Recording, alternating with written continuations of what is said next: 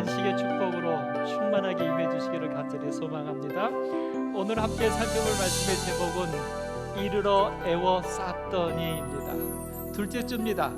우리가 아름다운 삶, 선악의 대쟁투에서 승리하는 그리스도인의 삶을 표방하면서 두 번째 주는 사단의 유혹입니다. 우리들에게 있는 사단의 유혹, 사단의 미혹 속에서 우리가 아름다운 승리하는 삶을 한번 찾아보는 시간입니다. 여러분, 여기 시작하면서 이런 토크를 좀 보게 됩니다. 네, 왜 안 들어가요? 고르디우스의 매듭이라는 말이 있습니다. 도저히 풀 수 없는 단단한 매듭을 말합니다. 알렉산더 대왕이 이 매듭을 단칼에 잘라내 아시아의 패자가 되었다는 얘기가 전해오죠. 하지만 매듭을 차근차근 풀지 않았기에 결국 제국이 분열돼 무너졌다는 상반된 해석도 있습니다. 예, 고르디우스 매듭입니다. 이 알렉산더가 세계에 정복을 하러 나섰을 때 고르디온이라고 하는 지방을 정복하게 됐는데, 그곳의 신전에 이 매듭이 하나 묶여져 있는데, 이 매듭을 푸는 자가 아시아의 왕이 될 것이라고 하는 전설이 내려오고 있었습니다. 이 알렉산더 왕은 분명히 그 지역을 점령을 했는데 그 얘기를 듣자마자 참지 못하고 그 신전을 찾아갔다는 거죠. 근데 매듭이 있는데 이 알렉산더 대왕이 그 매듭을 풀어보려고 노력을 했는데 안 되더라는 겁니다. 그러던 순간 이 알렉산더 대왕이 어떻게 했다고요? 칼을 꺼내서 잘라버려서 그 매듭을 그냥 잘라버렸다고요. 그래서 사실 유명한 내용입니다. 그리고 이 고르디우스 매듭은 우리에게 어떨 때에 많이 쓰여지는 내용이냐면, 고정관념을 버리고 창의적인 생각을 해서 문제를 해결해라라는 쪽에 많이 쓰여지는 겁니다. 근데 사실 오늘 여기 앵커가 뒤에 말했던 것처럼 이 매듭을 푸는 자가 아시아의 왕이 될 거라고 했는데, 알렉산더 대왕은 풀지 못하고 칼로 잘라버렸어요. 그래서 왕은 됐지만 어떻게 됐다고요? 그 나라가 왕으로서 몇 년도 가지 못하고 정복이 끝나고 집으로 돌아오지도 못하고 객사하고 만 그 역사가 이 문제가 아닐까라고 말하고 있습니다. 여러분, 오늘 여러분과 저의 삶에 매듭들이 있죠. 그 매듭을 어떻게 잘 풀고 계십니까? 잘 풀려지시는가요? 이런 매듭을 우리가 어떻게 한다고 해서 이 매듭을 풀 수 있을까요? 사실 어떤 끈이 묶여 있는 것은 나름대로 수고하면 풀립니다. 그런데 인생의 매듭은 안 되는 것들도 많지 않습니까? 해결이 안 되는 것 얼마나 많습니까? 그래서 연세가 드셔갈수록, 삶을 더 살아갈수록 안 되는 것들이 하나둘 늘어가서 그만큼 우리의 주름은 더 패여지고 그만큼 우리의 가슴은 더 멍이 들어가고 있는 것이 우리들의 삶이 아닐까요? 여기 오늘 다니엘서 1장에 보면 그런 정말 안타까운 상황을 여기 이렇게 표현해 주고 있습니다. 유다 왕 여호야김이 다스린 지 3년이 되는 해에 바벨론 왕 느부갓네살이 예루살렘에 이르러 성을 어떻게 했다고요? 애워쌌다는 것입니다. 우리의 인생에 애워싸져 있어요. 풀 수 없는. 근데 오늘 여기 장면에 보면 몇 가지 우리가 생각해 볼 것이 있어요. 여호야김입니다. 이 여호야김은 바로 이스라엘의 왕이었는데, 여호야김의 이 단어의 뜻은 여호와께서 일으킨다라는 의미예요. 근데 사실 이 이름은 바뀐 이름입니다. 원래는 엘리야킴이에요. 엘리야킴의 이름의 뜻은 나의 하나님이 일으킨다라는 뜻이에요. 나의 하나님이 일으킨다라는 이름을 가졌던 엘리야김이 여호야김이라고 이름이 바뀌면서 이스라엘의 왕이 됐어요. 그러나 그 바뀌었던 이름은 여호와가 일으킨다는 거예요. 근데 이 바뀌게 된 배경은 참 아름답지 않습니다. 이집트의 바로 왕이 그 전에 왕을 여호아하스를 죽이고 그를 붙잡아 가고 이 엘리야김을 왕으로 만들면서 이름을 여호야김으로 바꾼 거예요. 근데 참 재밌죠? 이름을 바꿨는데 이집트의 왕이니까 이집트의 우상에 대한 이름으로 바꿀 만한데, 근데 이름을 뭐로 바꿨어요? 여호와가 일으킨다. 그래도 기독교적 이름으로 바꿔놓았어요. 그러나 중요한 것은 이런 이름을 바뀐 왕이 다스리는 나라, 하나님께서 다스리는 이스라엘이지만 어떤 일이 벌어졌다는 거예요? 애워싸임을 당했다는 것입니다. 또 하나 우리가 생각해 볼 것이 뭐냐면 그곳이 바로 유다라고 하는 거예요. 북방 이스라엘도 아닙니다. 남방 유다예요. 그래도 하나님을 여전히 믿는, 하나님에 대한 신앙을 갖고 있었던 그 유다 나라, 그 유다 나라에서 이 애워싸임을 당했고, 또 어디가 애워싸임을 당했다고 말했냐면 예루살렘이 애워싸임을 당했다는 겁니다. 예루살렘은 성전이 있는 곳이에요. 하나님이 임재하시는 곳이에요. 그런데 유대 나라의 예루살렘도 애워싸임을 당할 수밖에 없는 것입니다. 오늘 여러분과 제가 그리스도인이잖아요. 그리스도인들 중에서도 특별히 여러분과 저는 누구예요? 예루살렘과 같은 정말 세상의 모든 불편함, 모든 어려움들을 다 감수하면서도 하나님의 말씀대로 사는 재림 성도들 아닙니까? 그럼에도 불구하고 뭐 당할 수밖에 없다고요? 애워싸임을 당할 수밖에 없습니다. 제가 이제 이 앞에서 여러분들을 이렇게 쭉 보면 여러분들이 쌓여져 있는 여러분들의 개인적인 매듭들이 보입니다.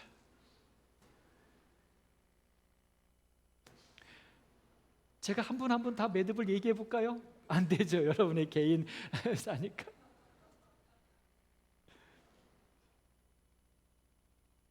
어떻게 해야 될까? 아무리 여호와께서 일으켜 주셔도, 엘리야kim 나의 하나님이 나를 일으켜 주셔도, 유대 땅에 살아도, 예루살렘에 있어도 우리는 애워싸임을 당해요.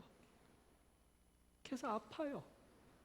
풀고 싶은데 문제는 너무 겹겹이 애워싸여져서 이 매듭을 풀 수가 없어요. 그래서 우리는 어떤 생각을 합니까? 잘라내고 싶어요. 그렇게 해서라도 자유롭고 싶어요.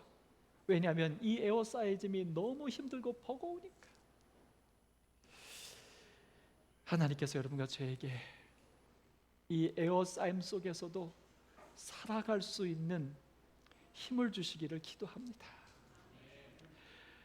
여러분, 여기 바벨론 왕이 또 느부갓네살이 내 속에서 나오는 문제로도 힘들고 어려운데 밖에서도 또 우리를 애워싸서 우리를 정말 숨조차 쉴 수 없게 만들어요. 그런 삶 속에 우리는 놓여져 있습니다. 성경은 이런 우리들의 모습을 향하여 이렇게 말해요. 너희가 본래 죄의 종이었다. 우리는 죄의 종이래요. 우리는 죄 아래 팔렸대요. 우리가 사방으로 그래서 우겨쌈을 당하고 있대요. 세상에서는 우리가 환난을 당할 수밖에 없대요. 베드로전서 5장 8절에는 여기 한 가지 더하여 사단이 우는 사자같이 두루 다니며 나를 찾고 있대요. 오늘 이런 여러분과 저의 삶에 이 에워싸임 당한 이 인생의 문제를 어떻게 헤쳐나갈 수 있을까?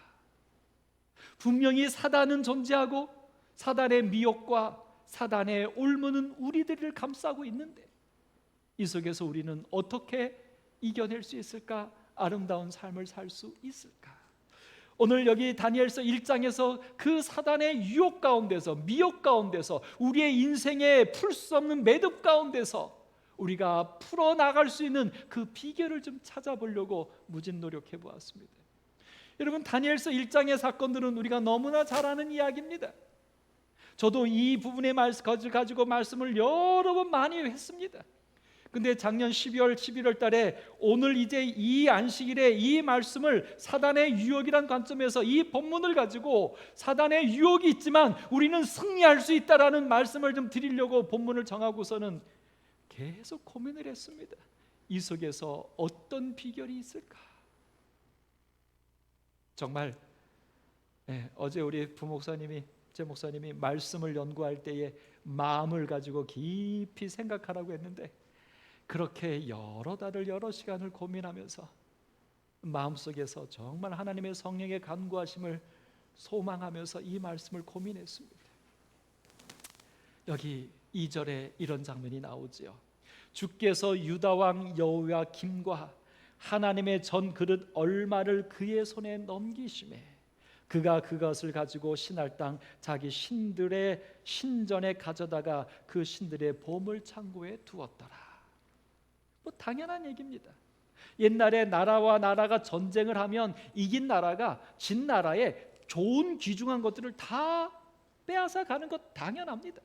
근데 오늘 여기 유득불 2절에 그 빼앗아 간 것을 무엇이라고 말했냐면 하나님의 전에 있는 그릇을 가져갔다는 것입니다. 그릇을. 그 그릇 중에 얼마를 다도 아니고 무엇일까? 여러분, 사실 우리의 삶의 가장 큰 문제는 뭘까요? 여러분은 어떤 일이 여러분 인생의 가장 큰 고민이고 괴로움입니까? 오늘 여기 사단이 이스라엘에게 했던 이 첫 번째는 하나님의 전을 손을 대는 것이었어요. 그 전에 정말 귀중한 법궤도 아니고 금촛대도 아니고 그릇 중에 얼마를 가져갔다는 것입니다.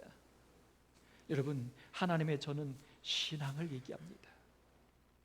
우리의 삶 속에서 사람에게 주신 영혼을 사모하는 마음들이 있어요. 짐승에게는 없는 거예요. 사람에게만 있는 것이 영혼을 사모하는 신앙, 믿음이에요. 그 신앙을 우리 국어 한자에서 풀이해 보면 믿는 것입니다. 맡기는 거예요. 그러니까 믿는 것에서 끝나는 것이 아니라 믿기 때문에 맡기는 거예요.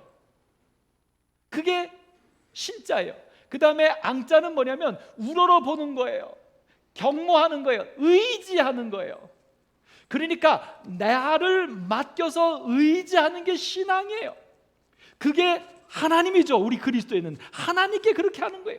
그러니까 지금 이 바벨론 왕 느부갓네살 왕이 무엇을 했냐면 그 이스라엘 백성들이 믿어서 맡기고 그래서 의지하는 그 하나님의 전을 손을 댄 거예요.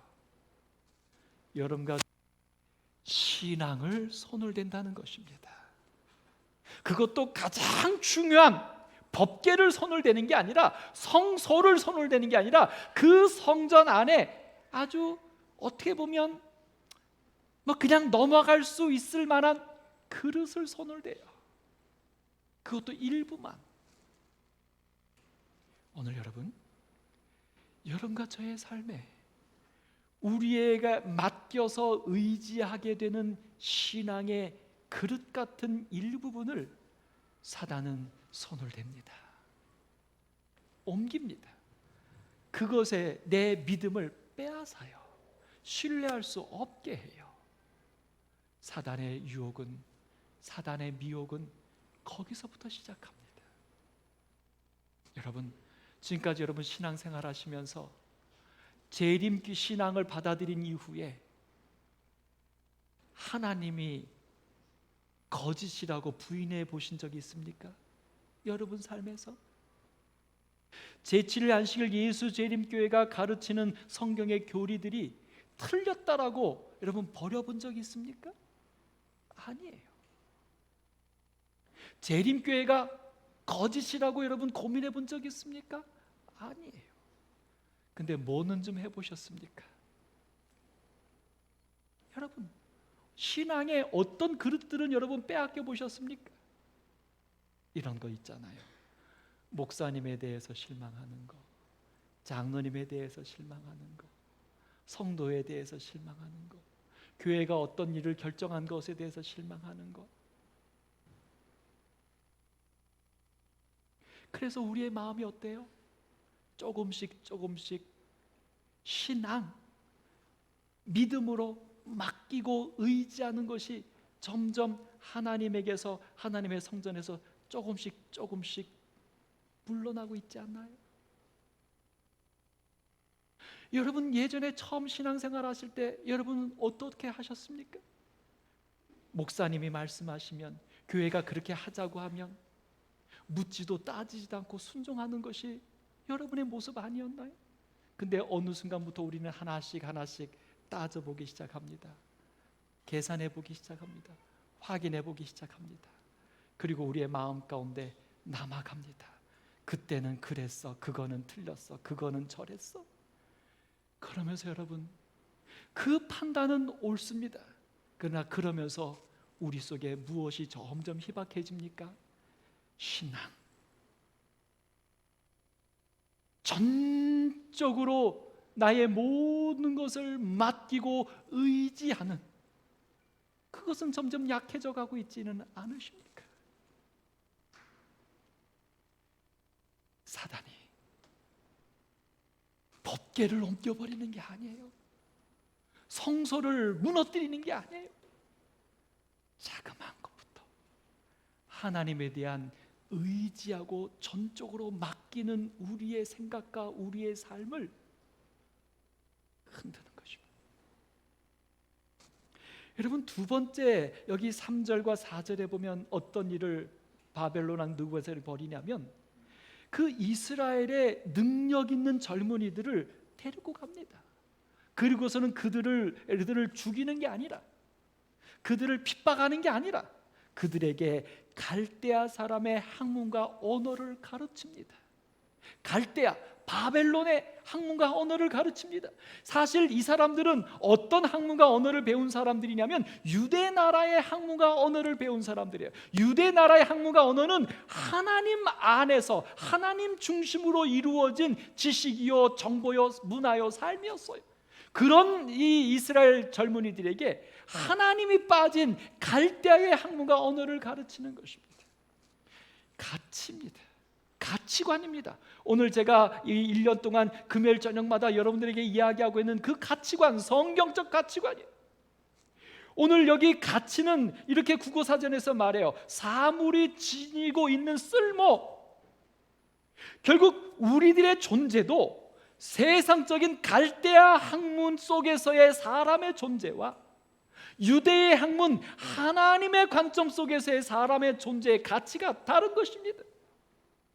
하나님이 없는 세상적 측면에서의 재물의 가치와 성경 안에서의 재물의 가치가 다른 것입니다. 그런데 바벨론 왕 느부갓네살이 무슨 일을 해요? 하나님 안에서의 가치를 가지고 있는 우리들을 세상적인 가치로 우리를 자꾸 세뇌시키고 바꿔가는 거예요.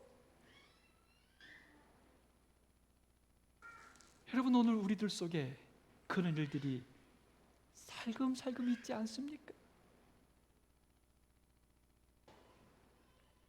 여러분, 사실 우리 재림교회, 아니 성경적인 기독교적인 가치관에서 동성애는 분명히 성경에서 노골적으로 뭐라고 얘기했습니까? 죄라고 그랬어요. 참남죄다 그랬어요. 근데 여러분, 요즘 존재하는 기독교인들, 신학자들 중에 동성애에 대해서 죄냐 아니냐 상당수가 죄라고 얘기하지 않습니다.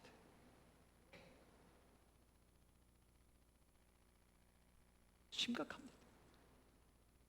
그래서 어떤 사람들이 그렇게 말해요. 교회 안에 예수는 사라졌다. 이제 교회가 전적으로 하나님의 말씀에 입각하여 교회가 생각하고 판단하고 하는 게 아니라 이성에 의하여 객관적인 어떤 정보나 지식에 의하여 교회들이 판단하고 결정하고 진행된다는 것입니다. 오늘 여러분과 저의 생각과 가치는 어떻습니까? 여러분의 신앙, 여러분의 개인의 삶에서 정말 성경에 입각, 여러분이 가치를 가지고 판단하고 결정하며 행동하고 계십니까? 아니면 갈대아인의 학문, 지금 세상 사람들이 옳다라고 말하는, 지혜롭다라고 말하는 그것에 기준하여 여러분들은 생각하고 판단하고 계십니까? 여러분, 제가 참 마음에 안타까움을 갖고 있는 것이 있습니다. 하나님께서 저의 목회를 특별한 어떤 목회 중에 아이들 교육 쪽에 저의 목회를 하나님이 인도해 주셨습니다. 생각지 않았는데 제가 목회 나와서 2년 만에 하필 어린이 부장으로 선택을 받아서 처음으로 제가 어린이 부장이라는 역할을 하면서 어린이 교육에 대한 부분을 성경적으로, 예언의 신적으로, 교육학적으로 굉장히 고민하며 살펴보게 되었고, 그 이후로 제 마음속에서 사실은 이 교육이 얼마나 중요한지에 대한 확실한 사고가 있습니다. 그리고 제가 갖고 있는 분명한 목적이 하나 있는데, 방향이 있는데, 하나님께서는 우리의 자녀들을 다니엘처럼 요셉처럼 키우라고 하셨지, 세상에 훌륭한 인재로 키우라고 하지 않으셨다라고 저는 확신합니다. 그런데 안타깝게도 우리 재림 신앙을 하는 부모님들이 다니엘처럼 키우려고 생각하지 않고 세상에 다른 아이들과 경쟁해서 뒤처지지 않을 아이로 키우려고 해요. 죄송합니다. 용서하십시오. 그래서 그들의 선택의 방법이 세상적인 방법을 선택해요. 어렸을 때부터 조기교육 시작하고 학원 보내고 과외시키고. 다니엘은, 요셉은 하나님의 방법대로 교육받았어요. 그럴 때 하나님이 지혜와 총명을 주셔서 10배나 뛰어났어요. 근데 우리 재림교회는요, 여러분, 제가 사실 우리 오남교회를, 미래를 좀 바라보면서 우리 교회에 선물로 주신 예쁜 아이들이 30명이 넘어요. 얼마나 귀한 아이들입니까? 이 아이들을 정말 하나님의 방법대로 키우고 싶은 게 제 마음속에 강렬한 소망입니다. 죄송합니다. 삼육학교가 더 이상 우리 성경적인 개념으로 다 못 가르치는 현실, 제가 저번에 말씀드렸지 않습니까? 그래서 제가 우리 아이들을 위해서 우리 교회에서 교회 학교를 좀 계획하고 제가 소망하고 있어요. 근데 제가 그 얘기를 이렇게 하면 다들 이렇게 말해요.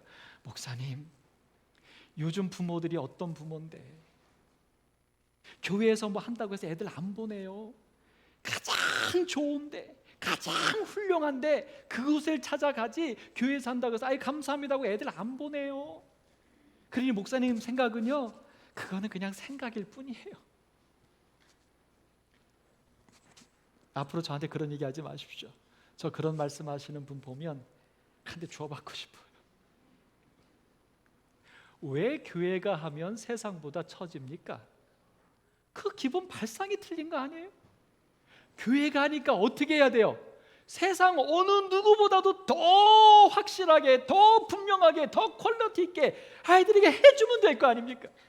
왜 그렇게 할 욕심은 내지 않으면서 교회는 못해요, 교회 해봤자 세상과 견뎌서 그게 안 되니까 하지도 마세요, 생각도 마세요, 오지도 않을 거예요, 보내지도 않을 거예요.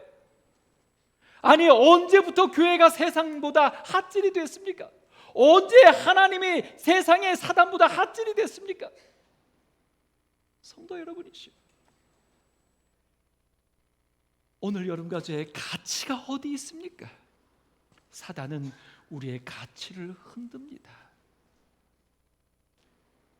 오늘 여기 세 번째, 오늘 사단이 한 일이 뭐냐면 그 세 친구에게 왕의 음식을 주었다는 것입니다. 그것을 주어서 쓸 것을 날마다 쓸 것을 주었다는 거예요. 다시 말해서 생활입니다. 우리의 생활을 바꾸는 것입니다, 사단이. 그래서 우리가 올무 속에 쌓여져 있는 거예요. 자, 여기 생활에 대해서 국어사전이 이렇게 말합니다. 사람이나 동물이 일정한 환경에서 활동하며 살아가는 것, 생명이 있으니까 살아가야 되잖아요. 이 살아가는 생활을 사단이 무엇으로 바꾸는 거예요? 왕의 음식으로, 왕의 포도주로, 왕의 주는 것으로 바꾸는 것입니다. 오늘 사실 여러분과 제가 왜 인생의 그 실타래 속에서, 올무 속에 쌓여 있는 줄 아십니까? 우리의 생활이 왕의 주는 삶을 살고 있기 때문이 아닐까요? 그러니까 우리의 삶이 풀어질 수가 없는 거예요.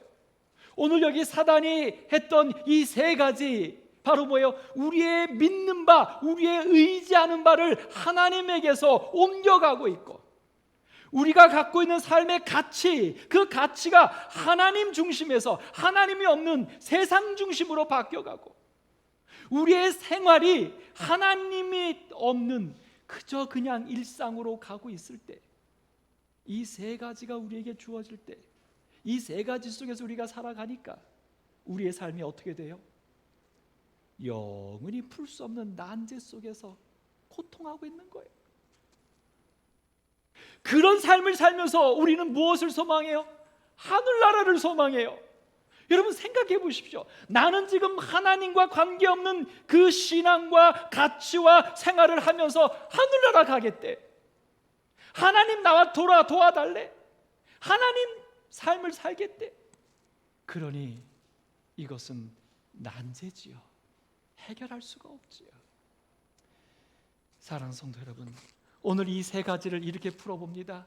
영성, 이성, 감성입니다. 우리의 영성이 하나님에게서 조금씩 옮겨져 가요. 우리의 이성이 하나님에게서 하나님이 없는 곳으로, 우리의 이성의 객관성이 옮겨져 가요.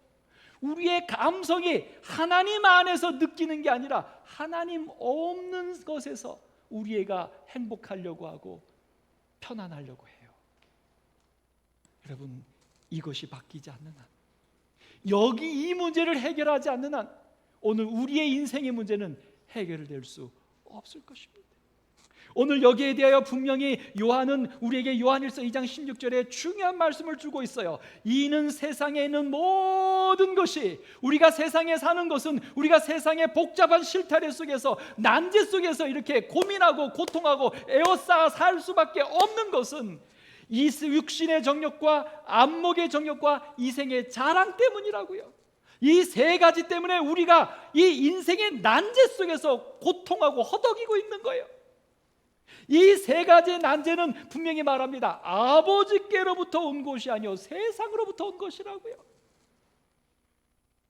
오늘 여러분과 제가 세상으로부터 온 이것, 느부갓네살 왕이 주는 이것, 사단이 주는 이 세 가지 세상적인 것에 우리의 삶이, 우리의 생각이, 우리의 영성이 그곳에 가 있으니 그리스도를 믿어도, 신앙생활을 해도, 기도를 드려도 실타래예요. 오늘 요한일서 2장 16절 바로 다음 17절에 우리에게 말씀합니다. 그 해결점을요. 이 세상도 그 정욕도 지나가되 끝날 겁니다. 내가 죽어도 끝나잖아요. 그런데 오직 하나님의 뜻을 자는 영원히 거하느니라. 이제 우리가 지금 얽매여 있는 유대에 살아도, 예루살렘에 살아도, 엘리야김, 여호야김이 우리의 왕이더라도 우리가 이 해결하지 못하는 인생의 이 굴레 속에서, 이 매듭 속에서 우리가 고통해하는 우리들, 이것을 해결할 수 있는 것이 한 가지가 있는데, 그게 뭐냐면 하나님의 뜻을 행하는 자. 자, 다니엘은 하나님의 뜻을 어떻게 행했습니까? 그 사태 속에서 다니엘이 한 것이 뭐예요? 다니엘은 뜻을 정하였어요. 하나님의 뜻을 행했어요. 자, 질문 드립니다. 다니엘이 행한 하나님의 뜻이 무엇입니까? 그에게 주어진 영적인 문제, 예루살렘 성전이 회파됐어요. 이스라엘 나라가 무너졌어요. 다니엘이 그것에 대해서 무슨 뜻을 세웠습니까? 예루살렘을 다시 건설하겠다고, 성전을 다시 세우겠다고 다니엘이 뜻을 세웠습니까? 아니요. 이스라엘을 다시 회복하겠다고 다니엘이 독립전쟁하겠다고 뜻을 세웠습니까? 아니요. 두 번째, 엘리야김이, 여호야김이 하나님을 떠난 그 못된 왕이니까 내가 왕이 되겠다고 결심했습니까? 내가 하나님의 뜻을 순종하는 하나님의 신실한 왕이 되겠다고 결심했습니까? 아니요. 다니엘의 뜻은요, 너무나 보잘것없는 거예요. 너무나 사소한 거예요. 다니엘이 뜻을 정했더니 하나님이 다니엘에게 은혜와 긍휼을 얻게 하셨대요. 그렇습니다, 여러분. 다니엘의 뜻은요, 신상의 꿈이 아니에요. 세상 역사의 꿈이 뜻이 아니에요. 다니엘의 뜻은요, 예루살렘의 회복을 위해서 성전의 방의 문을 열고 기도하는 거 아니에요. 이 다니엘이 예루살렘의 회복을 위하여 기도했던 것은 바로 이 붙잡혀 오자마자 다니엘서 1장이 아니라 이 다니엘서 7장 넘어가는 6장 넘어가는 메데 페르시아 나라 때부터 기도하기 시작했어요. 그가 나이 많아 늙은 이후에야, 그때서야 이스라엘의 회복을 위해서 기도했어요. 그때까지는 다니엘은 이스라엘 회복은 그의 삶에 있지도 않았어요. 꿈꾸지도 못했어요. 다니엘이 벨사살 왕에게 들어가서 메네 데겔 우바르신이라고 외치면서 바벨론 나라가 명할 것이라고 그것을 위해서 기도했습니까? 뜻을 세웠습니까?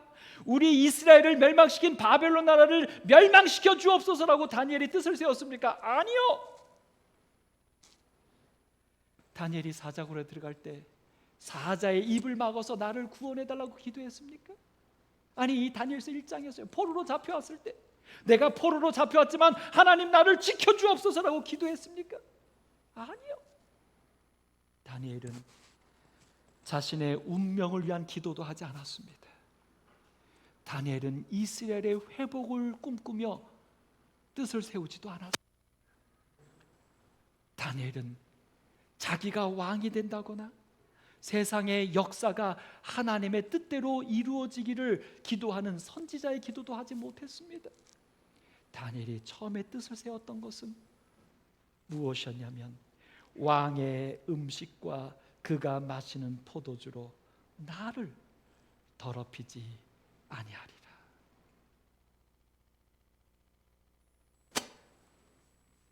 영성이 아니라, 하나님의 성전이 아니라, 이성이 아니라 생활입니다. 왜요? 18살 포로로 잡혀온 다니엘이 할 수 있는 것이 그것밖에 없습니다. 성전을 회복할 능력이 다니엘에게는 없어요. 바벨론 왕의 명령을 거절하면서도 생존할 능력이 없어요. 자격도 없어요. 자기가 할 수 없는 것, 자기의 영역이 아닌 것은 뺏깁니다. 그리고 다니엘은 자기가 할 수 있는 것은 합니다. 오남교회 성도 여러분, 우리의 인생의 이 얽매인 실타래는 그 실타래를 풀 수 있는 우리의 역할은 하나님의 영역이 아닙니다. 세상의 영역도 아닙니다. 그저 내가 할 수 있는 것, 그것을 나는 하면 됩니다. 다니엘이 내가 할 수 있는 것, 음식 하나 선택하는 것은 그가 할 수 있었기에 그것을 선택하기로 뜻을 정했을 때 하나님이 은혜와 긍휼을 주셨는데, 처음에는 환관장에게만 주었지만 나중에는 다니엘에게 지혜와 총명을 주셨고, 나중에는 바벨론 왕에게도 꿈을 주셨고, 나중에는 메데 페르시아 고레스 왕에게도, 다리오 왕에게도 하나님께서 역사하셔서 이스라엘을 회복할 수 있는 명령까지 내리게 하신 것입니다. 오늘 여러분과 저의 삶에서 내가 할 수 있는 일, 아니 오늘 지금 내가 해야 될 나의 삶에 대한 아름다운 결심, 오늘 그곳에서부터 우리의 인생의 실타래를 풀어나가는 우리 모두가 되기를 간절히 소망합니다. 고르디우스 매듭은요, 사실 알렉산더 대왕이 잘라버렸습니다. 여러분, 매듭은 자르는 것이 아닙니다. 푸는 것입니다. 우리의 삶은 잘라서 해결되는 게 아닙니다. 푸는 것입니다. 근데 이 매듭을 누가 풀어주셔요? 매듭의 모든 원인, 죄가 되는 것, 그것은 하나님이 풀어주십니다. 하나님이 풀어주실 때까지 우리가 할 수 있는 것은 뭐예요? 내가 할 수 있는 한 점을 찾아 나가는 것입니다. 로마서 12장 1절에 이 매듭을 푸는 자는 아시아의 왕이 된다라고 하는 전설이었어요. 알렉산더 대왕은 왕이 되는 것에 목적이 있었기 때문에 그 매듭을 잘라버렸어요. 그래서 왕은 됐을지 몰라도 그의 삶에 구원은 없었습니다. 오늘 여러분과 저는 왕이 되려고 하는 자들입니까? 하나님의 자녀가 되려고 하는 자들입니까? 오늘 우리의 삶에 하나님께서 풀어주신 매듭을 경험하시기를 소망합니다. 로마서 12장 1절, 그러므로 형제들아, 이제 결론을 내려봅니다. 내가 하나님의 모든 자비하심으로 너희를 권하노니, 성전을 세우는 일에 목숨을 걸라고 말씀하지 않습니다. 이성으로 판단하는 일에 목숨을 걸라고 하지 않습니다. 너희 몸을 하나님이 기뻐하시는 거룩한 산 제물로 드리라. 지금 내가 할 수 있는 것, 그것을 하나님을 위하여, 하나님을 향하여 하라고 제안하십니다.